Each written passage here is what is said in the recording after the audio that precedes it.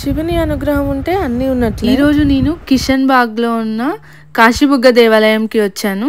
ఈ టెంపుల్లో అడుగు పెట్టగానే నాకు కొన్ని వందల సంవత్సరాలు వెనక్కి వెళ్ళినట్టు అనిపించింది. ఇక్కడ మీరు ఏదైనా కోరుకొని మొక్కు కడితే అది తప్పకుండా నెరవేరుతుందని కూడా నమ్ముతారు. కొన్ని వందల సంవత్సరాల క్రితం మూసీ నది ఒడ్డున ఈ ఋషుల తపస్సు వల్ల మహాశివలింగం వెలిసిందని ఈ ఆలయానికి చరిత్ర ఉంది. గర్భాలయంలో ప్రవహించే వాటర్ ఎక్కడి నుంచి వస్తుంది అని ఇప్పటికీ కనుక్కోలేకపోయారు.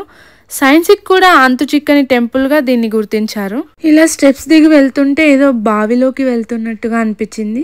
వెళ్ళగానే నీటితో అభిషేకం జరుగుతున్న శివలింగాన్ని చూసాక చాలా బాగా అనిపించింది. 365 days ఇలా వాటర్ ఫ్లో అవుతూనే ఉంటుంది. మన చేతులతోనే మనం స్వయంగా ఇక్కడ అభిషేకం చేసుకోవచ్చు.